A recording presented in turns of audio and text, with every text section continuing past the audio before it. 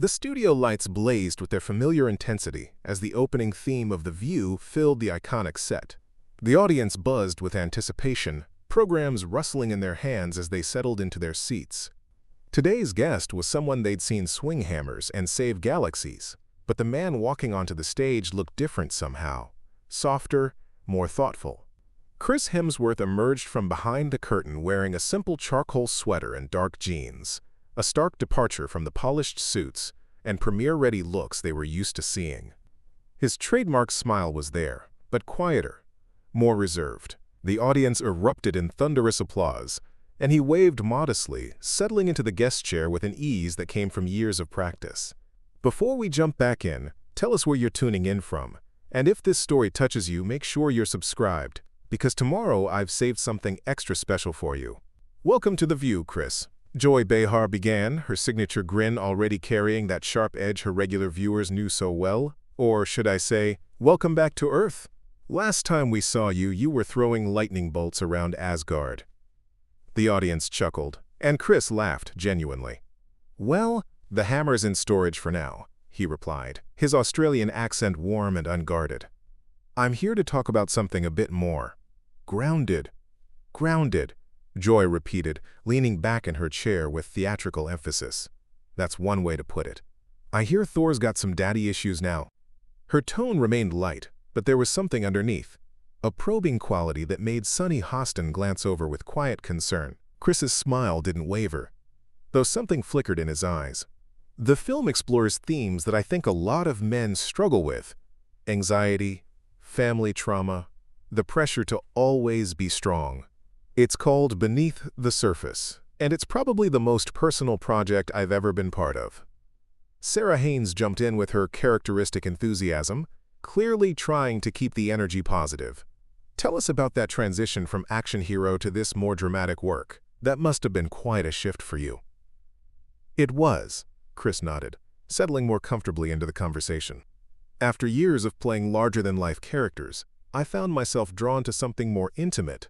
This story, it deals with a father trying to connect with his son, trying to break cycles of emotional isolation that get passed down through generations. Joy's eyebrows arched. Actors sure love their trauma these days, don't they?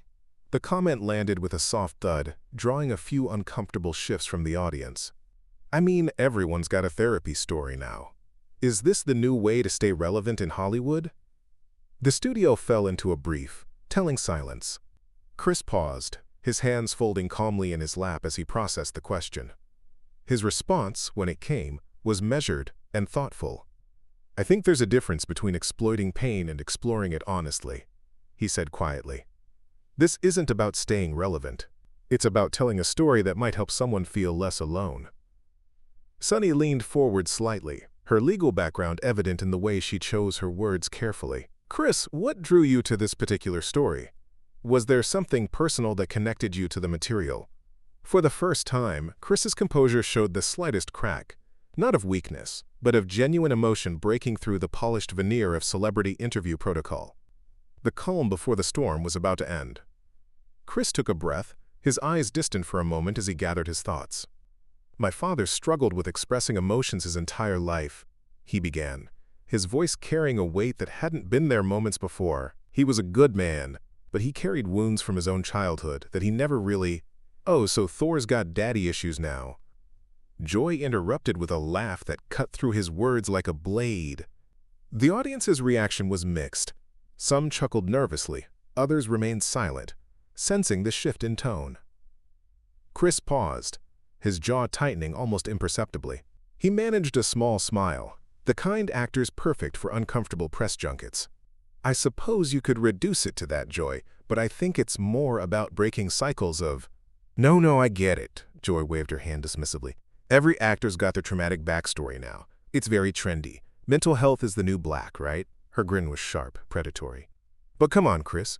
You're a gorgeous millionaire who throws hammers for a living. How much trauma can you really have? The studio audience shifted uncomfortably. A few scattered, uncertain laughs punctuated the growing tension. Chris's hands remained folded, but his knuckles had gone slightly white. I think that's exactly the problem, he said quietly, his Australian accent more pronounced now, the way it got when he was trying to control his emotions. The assumption that success insulates you from human experience, that having privilege means you can't struggle with... Struggle? Joy leaned forward, her eyes glinting. Actors sure love that word these days, don't they? Everyone's struggling, everyone's got trauma. It's like a competition to see who can be the most damaged. Sunny finally spoke up, her voice carefully measured. Joy, I think Chris is trying to share something meaningful about his work. Oh, I'm sure it's very meaningful. Joy continued, ignoring Sunny's attempt at intervention. Very deep, very Oscar-worthy. But let's be honest here. Isn't this just another way to rebrand yourself when the superhero thing starts getting old? Chris looked down at his hands for a long moment, then back up at Joy. When he spoke, his voice was steady, but something fundamental had shifted in his posture. The friendly, accommodating celebrity had begun to transform into something more authentic, more dangerous. You know what, Joy? You're absolutely right about one thing, he said softly. This conversation is exactly why men don't talk about their mental health. The weight of Chris's words settled over the studio like a heavy blanket. For a moment, even Joy seemed to pause, but it was brief. She leaned back in her chair, her smile taking on a sharper edge. Oh, please, she said with a dismissive wave. Don't turn this into some noble crusade. We both know what this is really about. Her eyes narrowed as she leaned forward. Your abs don't sell tickets like they used to, do they? So now it's time for the sensitive artist phase of your career. The audience grew noticeably quieter. A few gasps could be heard scattered throughout the studio. Chris's expression remained calm, but something cold flickered behind his eyes. That's an interesting theory, he replied, his voice steady but carrying an undertone that hadn't been there before. Tell me, Joy, when someone shares something personal with you, is your first instinct always to question their motives? Or is that just for the cameras? Sarah Haynes jumped in with nervous energy, her laugh brittle and forced. Well, I think we can all agree that Chris looks great at any age, right, folks? She gestured to the audience, hoping for supportive applause, but the response was lukewarm at best. From the control booth, producer Tina watched the tension escalate with the calculating eye of someone who understood television ratings. She spoke quietly into her headset. Joy, lean in. This is going viral. Joy's earpiece crackled with the instruction and her grin widened. You want to know what I think, Chris? I think vulnerability is just another performance for actors. Another role to play when the action hero thing gets stale. Chris was quiet for a long moment, his gaze moving from Joy to the audience, then to Sunny and Sarah, who sat frozen in their chairs. When he finally spoke, his voice was softer, but it carried the weight of genuine hurt. You know what's really stale, Joy? Cynicism dressed up as wisdom, the assumption that because someone's successful, their pain can't be real. He paused, his hands unclenching for the first time since the conversation began. Vulnerability isn't a performance for me. It's not a career move. It's survival. The studio fell into complete silence. Even the camera operators seemed to hold their breath. Joy's smile faltered for just a moment before she recovered, but everyone had seen it. The crack in her armor, the brief flicker of uncertainty before she doubled down. Joy's recovery was swift, but not quite complete. Her laugh came a beat too late, forced and hollow. Survival? Really, Chris? That's what we're calling it now? She shook her head with exaggerated disbelief. You know what I think this is? I think this is emotional manipulation. A good cry for Oscar season. The words hit the studio like a physical blow. Several audience members audibly gasped. One woman in the front row shook her head in visible disapproval. Chris's composure, which had been hanging by a thread, finally began to transform into something else entirely. Emotional manipulation, he repeated slowly, as if tasting the words. His voice dropped to barely above a whisper, but it carried more power than any shout. You want to know about emotional manipulation, Joy? He leaned forward slightly, his eyes never leaving hers. 3 years ago, my father called me at 2 in the morning. He was crying. First time I'd ever heard that man cry in my life. He told me he'd been carrying guilt about his own father's death for 40 years. 40 years of believing he wasn't good enough, wasn't strong enough, wasn't man enough to save him. The studio was so quiet that the hum of the air conditioning seemed loud. Chris's voice grew steadier, more intense. He died 6 months later, heart attack. And you know what his last words to me were? I wish I'd learned how to talk sooner. Chris paused, letting the weight of that settle. So yeah, Joy, this film? It's survival. Because there are men out there right now, watching this, who think they have to carry everything alone. Who think asking for help makes them weak. A ripple of murmurs moved through the audience, some supportive, some moved to tears. A few people began to clap, but it was Sunny who spoke first. Chris, thank you for sharing that, she said softly, her legal training evident in how carefully she chose her words. That takes incredible courage. But Joy wasn't finished. In the control booth, Tina's voice crackled through her earpiece. This is gold. Keep pushing. The social media numbers are exploding. Quote, Joy's eyes lit up with the kind of predatory gleam that came from years of manufactured controversy. Oh, that's a beautiful story, Chris. Really touching. But isn't it convenient how your personal tragedy aligns so perfectly with your current project? I mean, what are the odds? The accusation hung in the air like smoke. Chris stared at her for a long moment.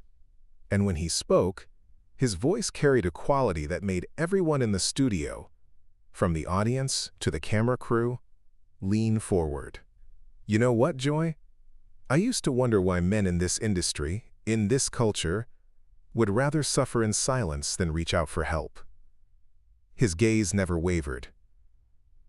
Now I know. It's because of people like you. The accusation hit Joy like a slap. For the first time in the interview, her practiced smile completely disappeared, replaced by something raw and defensive. The studio audience shifted in their seats, sensing they were witnessing something beyond typical daytime television drama. People like me? Joy's voice rose sharply, all pretense of joviality abandoned. Oh, that's rich coming from you. You want to talk about people like me?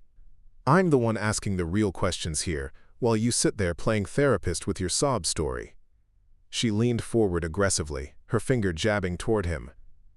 You think you can waltz in here with your pretty face and your tragic backstory, and we're all supposed to just nod along? Please. You're just another Hollywood narcissist who thinks trauma makes you deep. The venom in her voice was unmistakable now. Several audience members looked genuinely shocked. Sarah Haynes pressed back in her chair as if trying to distance herself from the confrontation. Sunny's face had gone pale, her hands gripping the edge of the table. Chris remained perfectly still for a moment, absorbing the attack. When he spoke, his voice was quiet but carried the weight of absolute conviction. This isn't entertainment for me, Joy. It's not a performance, and it's not a career move. He paused, his eyes moving to the audience, then back to her. It's survival. And right now, there are young men watching this who are struggling with depression, anxiety, thoughts of suicide, and you're telling them that sharing their pain makes them narcissists. His voice grew stronger, more commanding. You want to know what's really narcissistic? Sitting in that chair every morning, reducing other people's pain to punchlines because it makes you feel clever. Making someone's trauma about your entertainment. A wave of applause began to build in the audience, tentative at first, then growing stronger. Joy's face flushed red, her composure cracking further. Don't you dare lecture me about, she started, but Chris cut her off. No, Joy. You've had your turn. His voice was steel wrapped in silk. You've spent this entire interview trying to humiliate me, to tear down something that might actually help people, because what? Because cynicism is easier than compassion? Because mockery gets better ratings than actual conversation? In the control booth, Tina was frantically taking notes, watching the social media metrics explode across multiple screens. But for once, her instructions to Joy went unheard. The host was too rattled to listen to her earpiece. You think you're being brave by attacking me, Chris continued, his gaze never leaving Joy's face. But all you're really doing is proving exactly why men stay silent. Why they'd rather suffer alone than risk being turned into your entertainment. The studio was electric with tension. Joy opened her mouth to respond. But no words came. For the first time in years of hosting, she appeared genuinely speechless. Her mask of sarcastic superiority completely shattered. Chris stood up slowly, his movement deliberate and calm. The action sent a ripple through the studio. Guests didn't typically stand during interviews on The View, but Chris wasn't following their script anymore. "You know what?" he said, his voice carrying clearly through the stunned silence. "Let me tell you why I really made this film."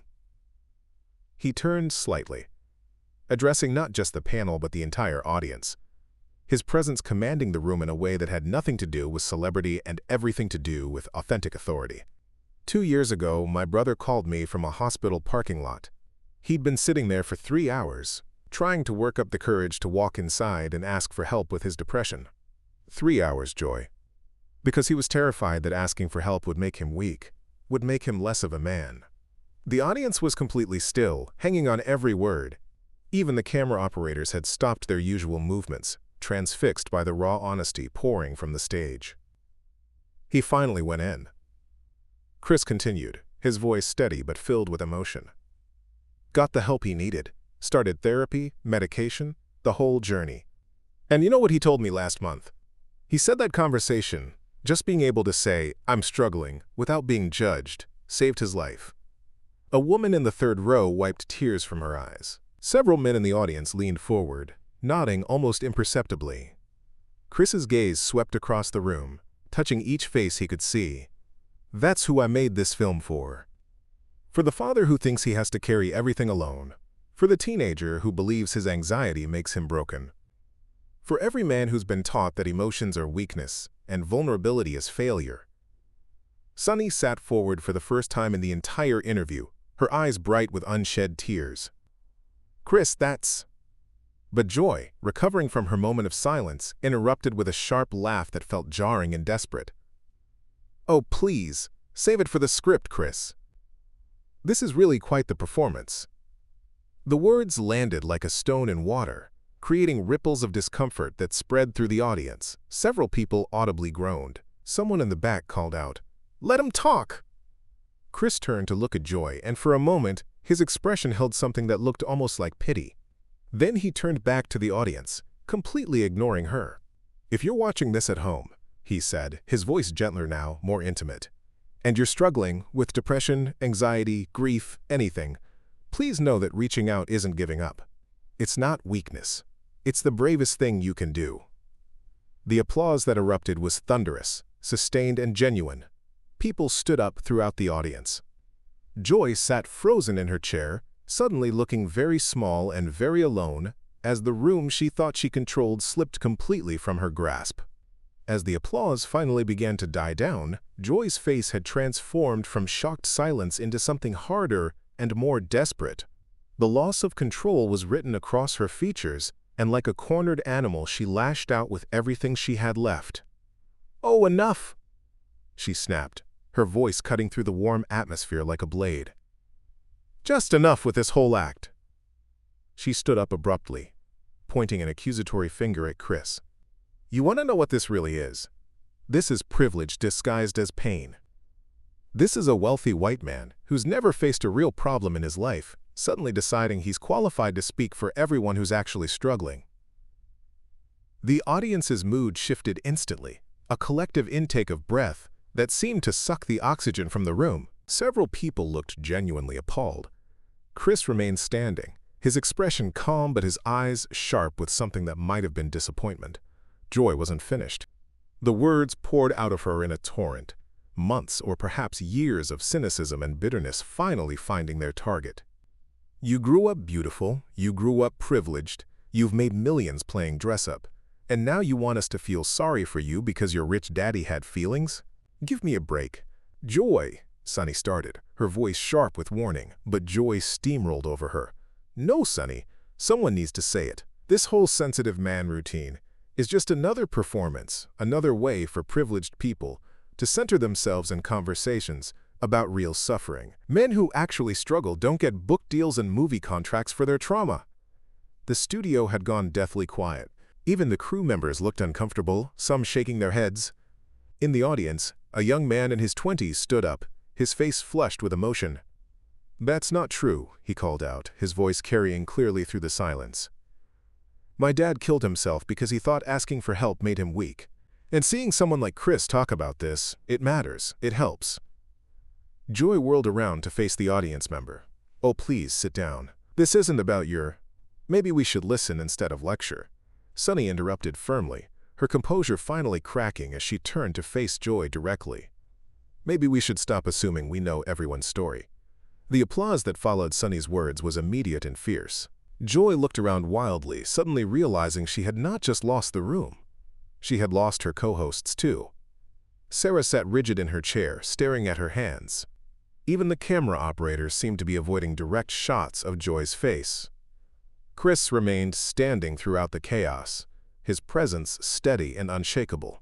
When he finally spoke, his voice cut through the noise with quiet authority. "Joy," he said simply, and the room fell silent again. "I think you've said enough." The words hung in the air with the finality of a gavel strike.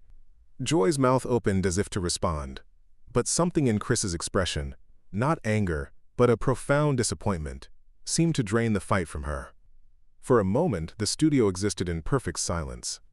Chris looked at Joy for a long moment, then shook his head slowly. When he spoke, his voice carried the weight of someone who had finally seen enough. "I came here today to talk about hope," he said, his gaze moving from Joy to the audience, to Sunny and Sarah, and back to Joy. "I came here to share a story about healing, about breaking cycles of silence that destroy families and kill people we love. And you?" He paused, his voice catching slightly with emotion. "You turned it into a cage match." He stepped closer to the panel table, not aggressive but deliberate, his presence commanding every eye in the room. "This is exactly what's wrong with our culture, Joy. This toxic need to tear down anyone who tries to be vulnerable, to mock anyone who admits they're not perfect." His voice grew stronger, more passionate. "You've taken a platform that could inspire people, could save lives, and you've turned it into a weapon." Joy tried to interject, her voice shrill and defensive. "I'm just asking the hard questions." "No." Chris cut her off, his voice firm but not cruel. "Hard questions come from curiosity, from wanting to understand. What you've done today comes from something else entirely, something much smaller." The audience was transfixed. Several people were openly crying now, moved not just by the confrontation but by the raw honesty of the moment. "You want to know what privilege looks like, Joy?" Chris continued, his eyes never leaving hers. "Privilege is sitting in that chair, with that microphone, with millions of people listening, and choosing to use it to hurt instead of heal. Choosing cynicism over compassion because it's easier." Sunny nodded almost imperceptibly, her eyes bright with unshed tears. Sarah had finally looked up from her hands, watching Chris with something that looked like awe. "I've spent my career playing heroes," Chris said, his voice softer now but no less powerful. "But real heroism isn't about having superpowers or perfect abs or any of the things you keep mocking. Real heroism is having the courage to be human, to be vulnerable, to admit when you're struggling and to help others do the same." He turned to face the audience directly, his back to Joy, and the symbolism wasn't lost on anyone. "That young man who just spoke, he's more of a hero than any character I've ever played. Because he chose to share his pain in service of something bigger than himself." Chris's voice carried clearly through the studio. "That's what courage looks like. Not this." He gestured toward Joy without turning around. "Not hiding behind sarcasm and cruelty." The applause began slowly, building into something that felt less like entertainment and more like a standing ovation for truth itself. Chris stood motionless for a moment, letting the applause wash over him, his eyes closed briefly as if absorbing the weight of what had just transpired. When he opened them, his expression had shifted to something calmer, more resolved. The anger was gone, replaced by a quiet dignity that seemed to fill the entire studio. "Thank you," he said simply to the audience, his voice carrying clearly over the dying applause. He turned to face Sunny and Sarah, nodding respectfully to each of them. "Thank you for trying to make this a real conversation." Sunny's eyes were bright with tears she refused to let fall. "Thank you for your courage, Chris," she said softly. "For sharing your truth." Sarah nodded emphatically, finally finding her voice. "The film sounds incredible. I hope people will see it." Chris smiled genuinely for the first time since the interview began, the expression transforming his face back into something warm and human. I hope so too. He paused, looking out at the audience one more time. And I hope anyone watching who needs help will find the courage to reach out. You're not alone. Then, with the same deliberate calm he'd maintained throughout the confrontation, Chris began to walk toward the exit. His steps were measured, unhurried. Not the storming off of someone in a rage, but the dignified departure of someone who had said what needed to be said. Joy, who had been sitting in stunned silence, suddenly found her voice as Chris reached the edge of the stage. "That's right, Chris," she called out, her tone sharp and desperate. "Walk away. That's what you do, isn't it? You run when someone finally has the guts to call you out on your—" Chris stopped. Slowly, he turned back to face her, and for a moment the entire studio held its breath. When he spoke, his voice was quiet, but it carried to every corner of the room. "No, Joy," he said, and there was something almost gentle in his tone. "I'm not walking away from a challenge. I'm walking away from a game I refuse to play anymore. A game where someone's pain becomes your entertainment, where vulnerability becomes your target practice." His eyes held hers for a long moment. "I hope someday you find whatever it is you're really looking for. Because it's not in that chair." Before Joy could respond, a young man in the audience, the same one who had spoken earlier about his father, stood up again. His voice was strong and clear. "Chris, thank you for making that film. It helped me talk to my dad for the first time in years. Really talk." The words hit Chris visibly.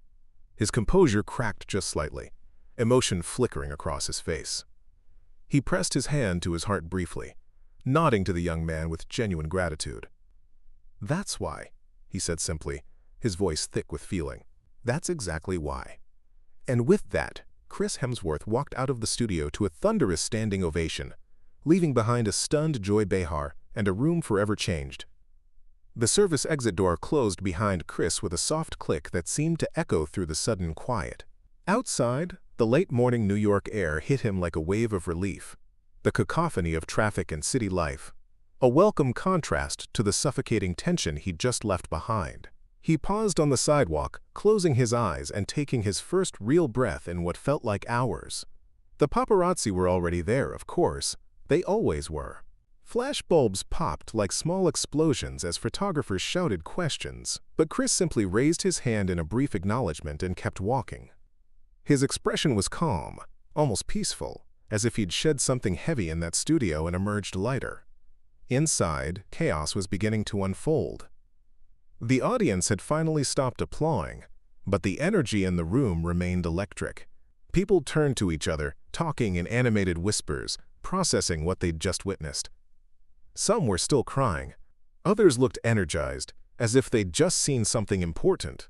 In the control booth, producer Tina stared at her screens with the calculating glee of someone watching numbers explode. Twitter was on fire. The hashtag Chris Walks Out was already trending. Video clips were spreading across every platform faster than her team could track them. "This'll be our biggest episode ever," she said to her assistant, already mentally calculating the ratings windfall. "Get the social media team to push those clips. This is going viral whether we want it or not." On stage, the aftermath was more subdued but no less significant. Joy sat frozen in her chair, staring at the exit door as if Chris might reappear. Her usual post-interview banter was nowhere to be found. For the first time in years, she seemed genuinely at a loss for words. Sarah tried valiantly to restore some semblance of normalcy. "Well," she said with a forced brightness, "that was certainly intense. When we come back, we'll be talking about—" But nobody was listening to the show rundown anymore. The spell had been broken. Sunny stood up slowly, her movements deliberate and careful. She looked at Joy for a long moment, something unspoken passing between them. When she finally spoke, her voice was quiet, but clear enough for the cameras to catch. "You lost something today, Joy," she said simply. And it wasn't just the argument. The words hung in the air as the show cut to commercial, but everyone knew the damage was already done. Social media was exploding with clips, commentary, and analysis. Hashtag vulnerability is strength was trending alongside hashtag Chris Walks Out. Mental health organizations were already posting support for Chris's message. Backstage, in the green room, Chris's publicist was fielding dozens of calls from news outlets, talk shows, and mental health advocates. The story was bigger than the view now. It had become a cultural moment. And somewhere in Manhattan, Chris Hemsworth walked quietly through the streets, his phone silenced, finally at peace with the conversation he'd refused to have on someone else's terms. Up next, we have 2 more incredible stories that are waiting for you. Just click the image you want to watch and it will take you there. If you enjoyed this video, make sure to subscribe. It would mean a lot.